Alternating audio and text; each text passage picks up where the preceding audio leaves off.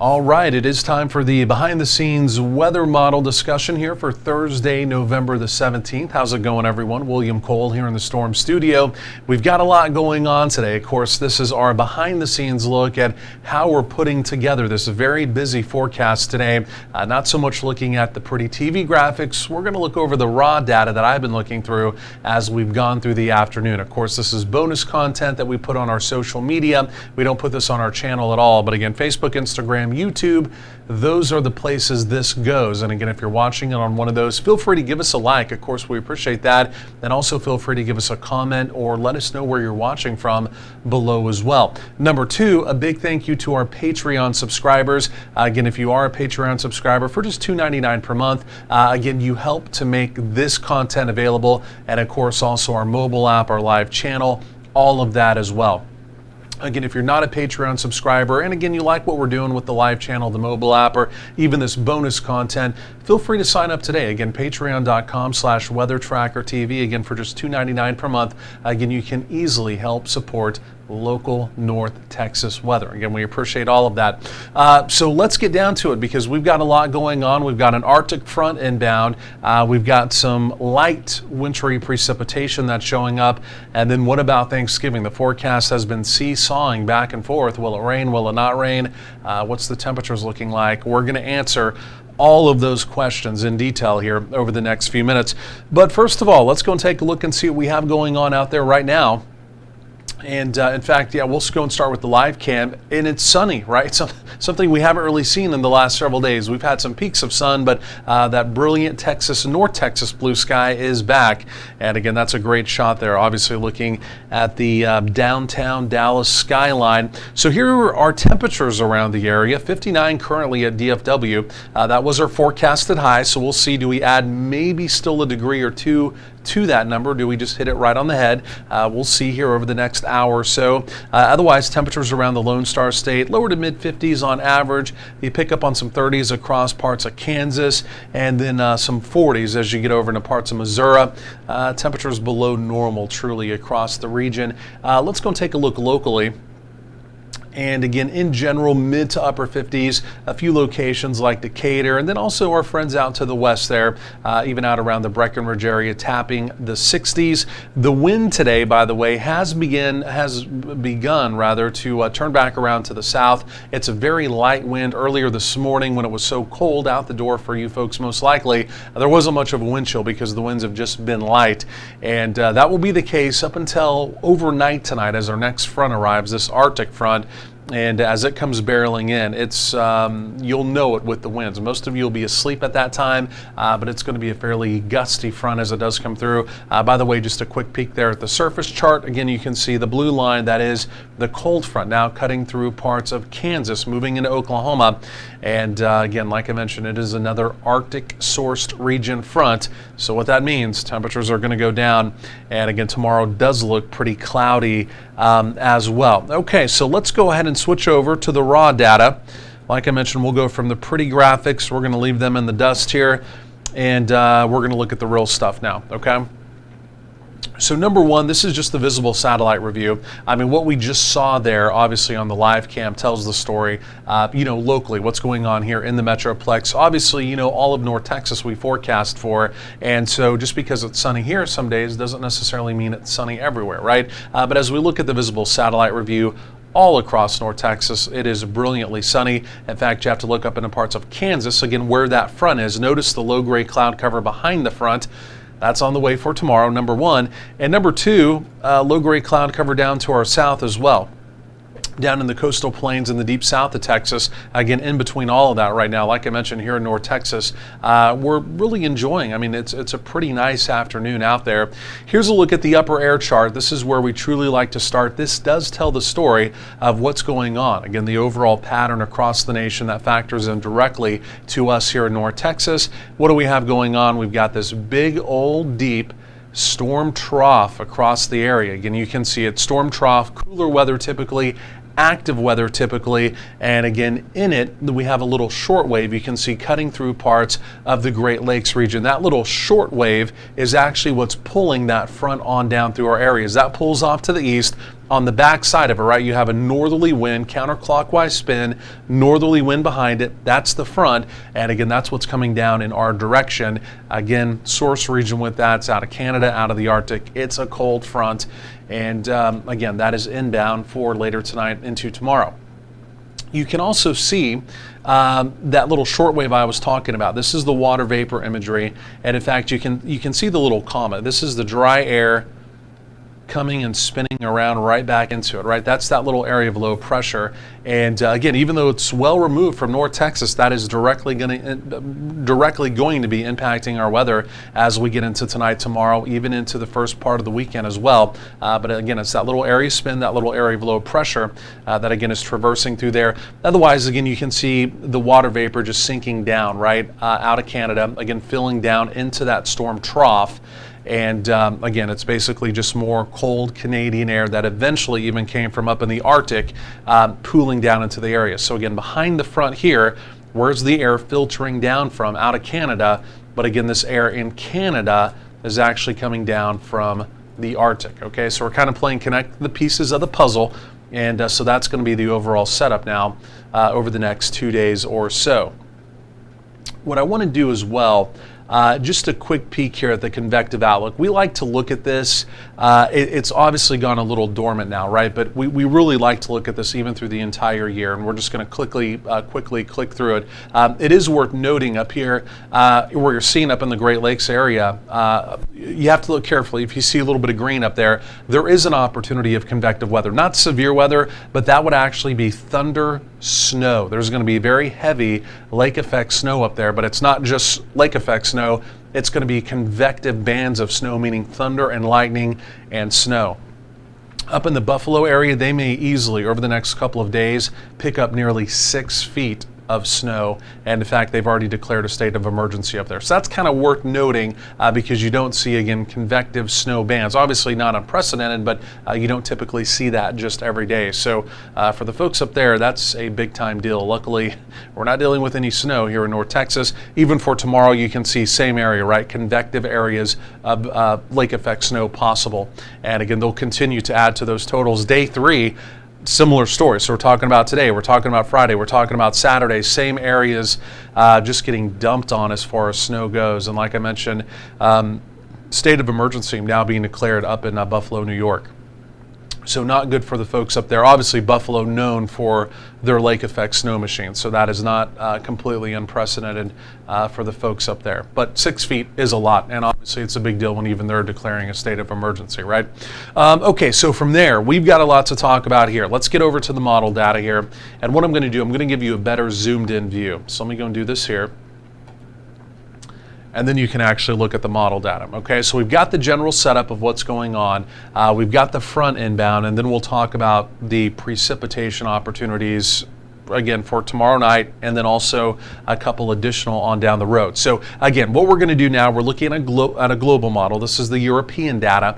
This is just our preferred model here in the Storm Studios. And what I'm going to do is I'm going to walk you through the next 10 days. So number one, we're watching that inbound cold front for tomorrow, but we have a couple of additional storm systems that are on the way, right?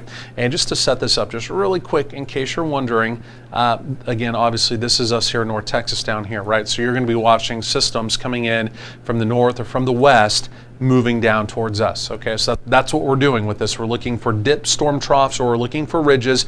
Within the storm troughs, you'll see the colors. That's areas of vorticity, low pressure areas that are spinning up, giving us the potential for active weather, giving other parts of the country the potential for active weather. Okay, so that's what we're doing here. So I'm going to roll this into motion. And again, you can see our first front sliding down. We've kind of talked about that. We'll talk more in detail about the precip opportunity with it coming up. Then after that, you can see another storm system. That'll slide through for Monday. Okay, so we're watching Storm 1, now Storm 2 for Monday. Could we maybe have a little rain with that? We talked about that yesterday. We'll look at the newest data on that.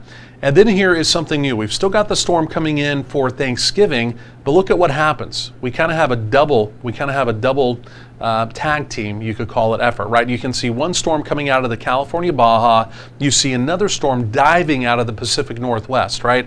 So one storm actually comes through. There it is. It takes a low, slow track down really into South Texas. maybe giving us an opportunity of some rain, okay? But you can see there would truly be storm number 3, right?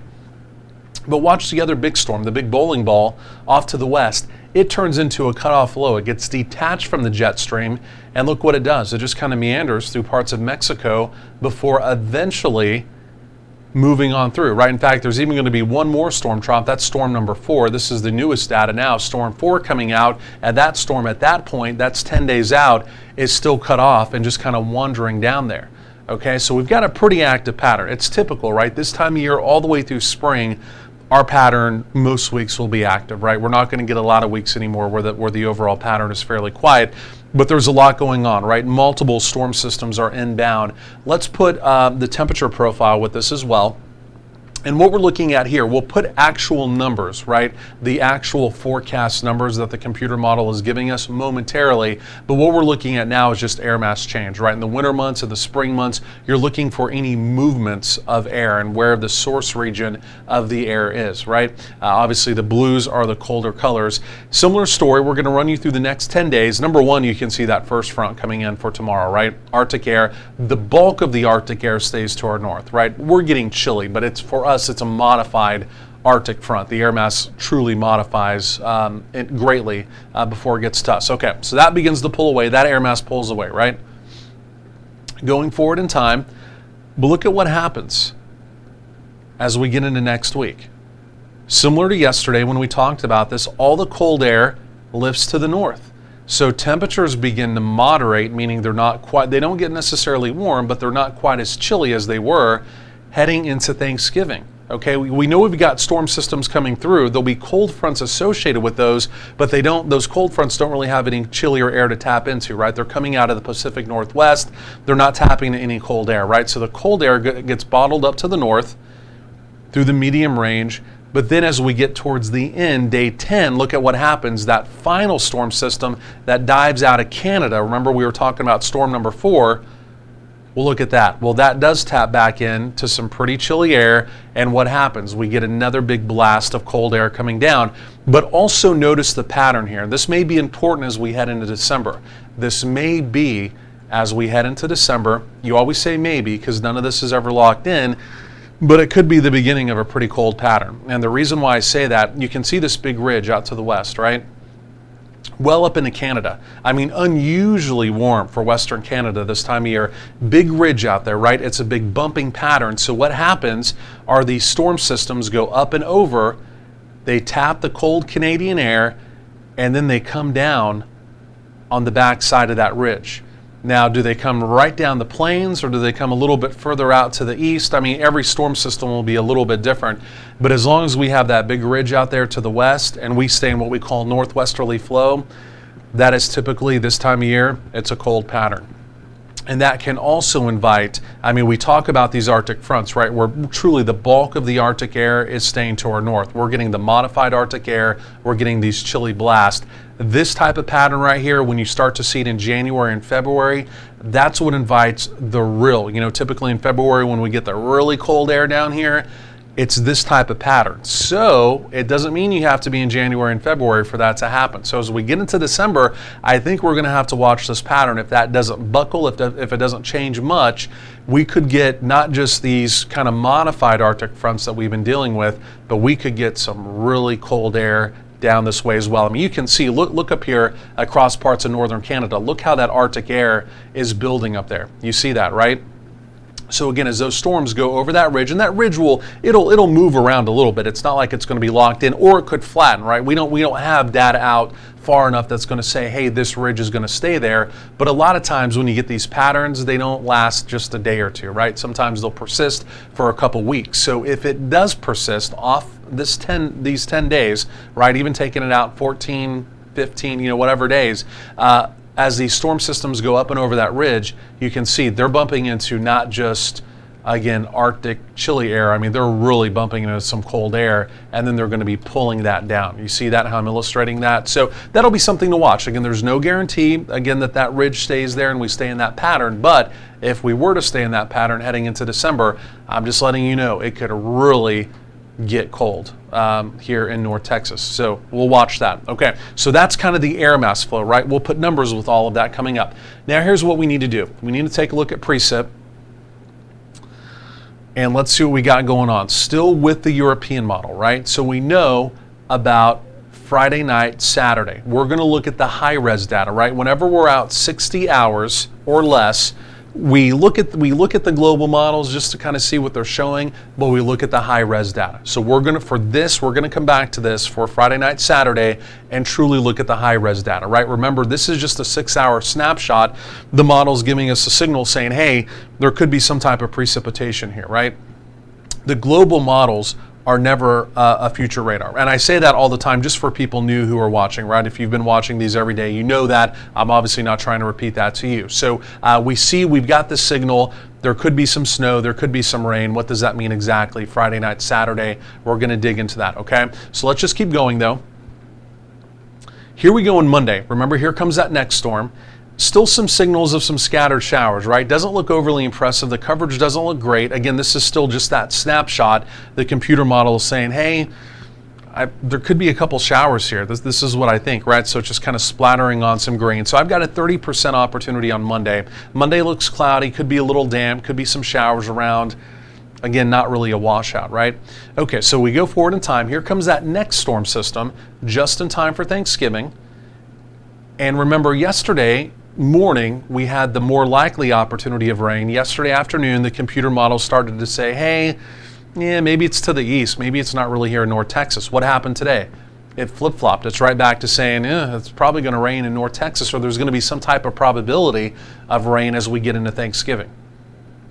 Okay, so right now I've still got the rain chance, the rain probability on Thanksgiving of about 30%, just for the fact that data, there's no real consensus, right? I mean, we don't want to put it, 50% today, 40% tomorrow, you know what I mean? We like to keep it pretty consistent. So right now it's a 30% opportunity. When you're out several days, a 30% opportunity typically means we're watching it carefully, right? Then as we get closer in time, we can really play with it and bump it up or whatnot. Then you're seeing a lot of scattered showers as we get into the extended, most of that south of us, but remember, it has to do with that cutoff low that's out to our west, but it's too far to the west, I think, for most of that to reach North Texas. So there's going to be rain in the area, but right now I don't necessarily see that moving into North Texas. Now, the other thing we have to keep in mind, remember at day 10, we had that next really big push of colder air coming in, right? Remember that, where we left off here. That's day 10. We have that next big front coming in. We've got that system out to the west spinning up precipitation.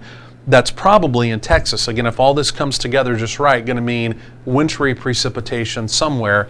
And with the cold air in place here, again, if that storm system comes a little further to the east, cold air, precipitation, we got to watch it. But if not, the Texas Panhandle, maybe even parts of central Texas, maybe even parts of hill country. I mean, somewhere in Texas, again, if all that comes together, we're talking 10 days out, we get it, it could all change.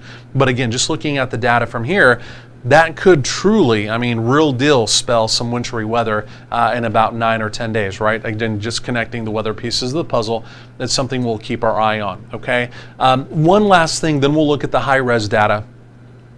I just want to show rainfall projections, right? Just as we go over the next 10 days, what's the Euro saying? Look, North Texas, we have an opportunity. I've got to get really close to see this. It's so small on my screen. It's saying we maybe get about a half an inch of rain, right? But because that storm system is stalled out to the west and it's just spinning up rain, right, into hill country, into West Texas, down into the coastal plains, look at the other parts of the Lone Star State. They're going to get, again, if it verifies, if that's truly what happens, we're still talking about out in time.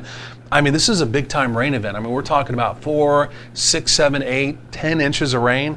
We'll see if that verifies, but if that system really does get cut off and just spins up out there to the west and stays there, again, could be big rain. Or if we introduce some cold air, like I mentioned, again, with these totals you're seeing, keep in mind, we could be talking about somewhere in Texas, maybe even some big snow as well. We'll have to watch it and see. But again, it appears as though even that would be south of North Texas. Okay, so now let's back up in time. Let's go and talk about our Friday night and our Saturday, okay? And so what I'm going to do, I'm going to switch over to the high-res data.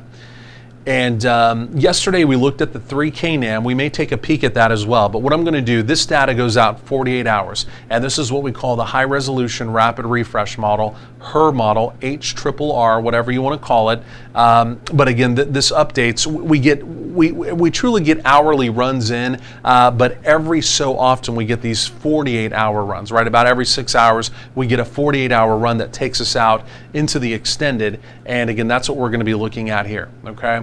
And so we're just going to look at precip first. Again, we know today we're dry, tonight we're dry, even tomorrow, Friday. We turn cloudy, but during the daylight hours, even the early evening, there's no opportunity of precipitation, right? But it's Friday late night into Saturday morning, okay? So I'm going to kind of speed it through here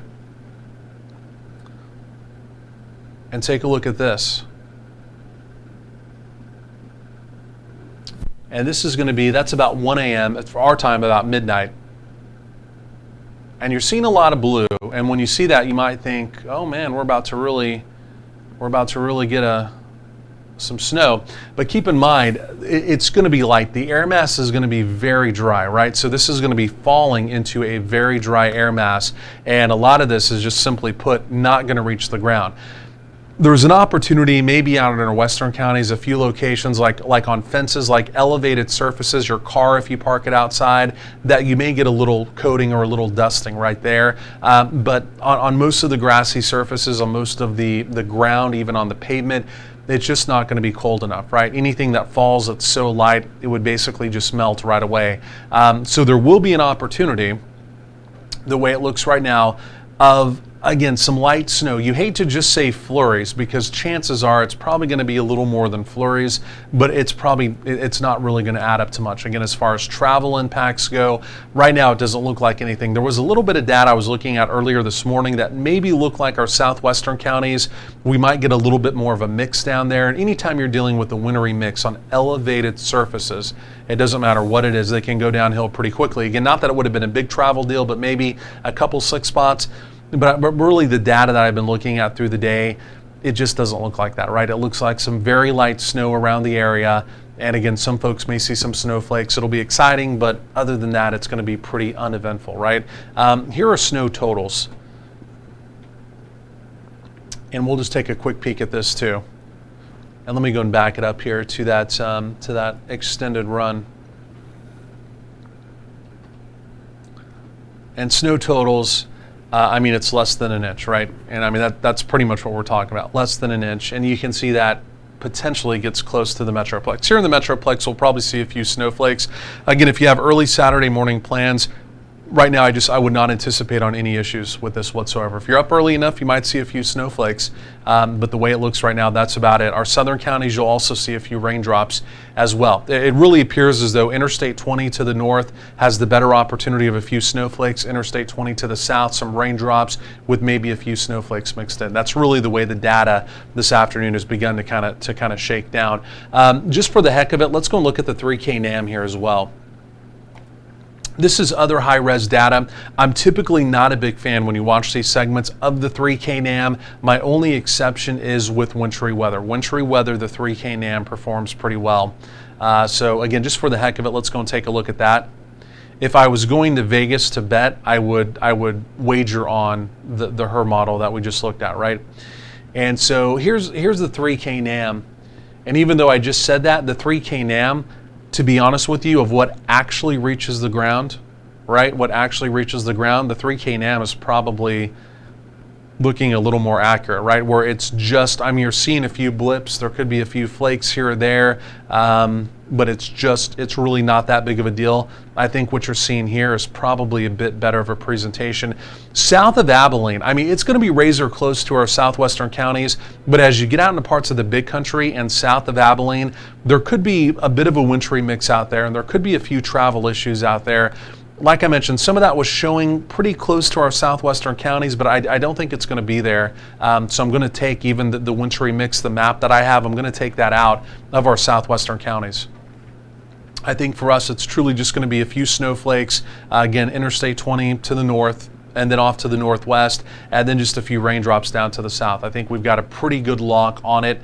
Obviously, we'll be watching all the new data through tomorrow. Obviously, tomorrow is the day of, so that data will trump everything we're looking at today. But I mean, I think we're getting a pretty good consensus of what's going on. So again, if you've been really excited maybe about some snow, or you were hoping this was the deal, unfortunately it's not. And if you have to get out this weekend or do something on Saturday and you're hoping the roads won't be bad, they're not. And of course, I mean, I don't think anybody here was really talking about the roads being bad. I mean, even around town, I don't think anyone was talking about that. So real quickly, here's the numbers. We're tying all this together now of what's going on, right? So we've talked about the rain chances. We've talked about the storms coming through, the air mass changes. What does all of that mean when we tie it together? This is the blend to model guidance, and this is typically what I forecast off of with my 12-day, all the model data put together. And again, it's weighted, the high-res data plugged in, and these are the numbers that are spit out, right?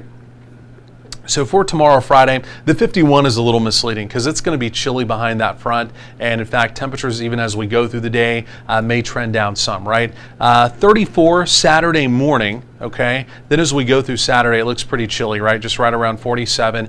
This is advertising for DFW, the first freeze of the season, early Sunday morning. I think it could be possible. I really do.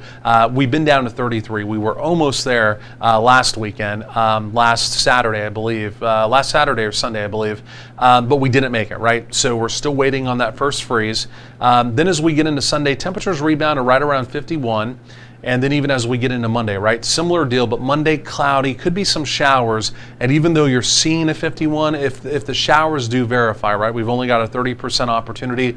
We easily could be in the 40s, right? Just kind of a cloudy or raw day. We'll see if the rain really materializes as, again, we get into that high res window, right? At this point, we're still just looking at that low res global model. And then after that, heading into Thanksgiving, temperatures go up. The temperatures have come down a few degrees for Thanksgiving, not so much because of a cold front, but because of the opportunity of rain, back up in the forecast, the way the computer model is thinking right now. So it's taken us from, I believe it was 63 earlier in the day, now down to 59. And the only reason why it's saying, hey, it's going to be cloudy, there's probably going to be some rain around. And, again, it's a similar story. I can tell you, if there is more rain around than not on Thanksgiving, I mean, the temperature is going to be held down. We probably wouldn't even hit 59, right? But right now, we're just sticking with what the data shows, and we're not trying to get that technical in the forecast that far out, right? But again, as that even comes within the high-res window next week, again, then we'll truly be able to play with that number.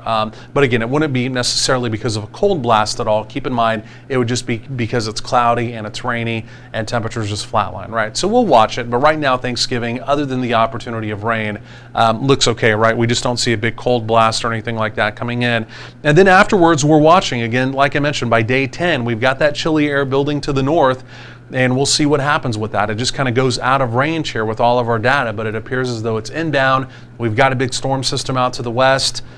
I mean, it's 10 days out, it's 11, 12 days out. We got to see exactly what happens with that. And then again, the other thing that we'll truly be watching is that pattern out to the west, right? Do we continue with that big ridge out there, and do we continue to kind of spill that chillier air in? Does that persist, or is it maybe just a one-day thing here on the model data that's gone tomorrow? I mean, we've got a lot to watch, right? This is an active time of year. I mean, as it is every year, right? I mean, this is the busy season in weather in North Texas, and like I said yesterday, it's really from today all the way through June, right? Even all the way through our severe weather season, almost each and every week. I mean, it's going to be few and far between any week that we have between now and June that there's just not going to be much going on. It can happen from time to time, but more than not, we're going to have a lot of active weather, and then it goes quiet for the summer. As we all know, Texas summers, other than tropical stuff, those are pretty quiet, right?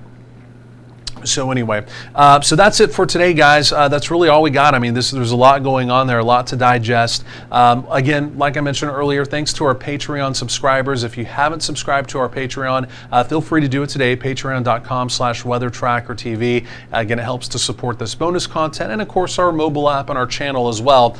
Speaking of the mobile app, if you haven't downloaded it, it is a free download on the Apple iTunes Store, the Google Play Store. Feel free to go there, and again, just type in Weather Tracker TV, download that today for free. My 12 days on there, live radar, breaking weather alerts. Of course, our live channel is on there as well. And again, you can also check out our live channel on Roku, Apple, and Amazon Fire TV. It is a free channel on there to add to your device as well. So otherwise, thanks for joining us today. And again, we'll be doing another one of these tomorrow, getting ready for the weekend. Have a great rest of your Thursday.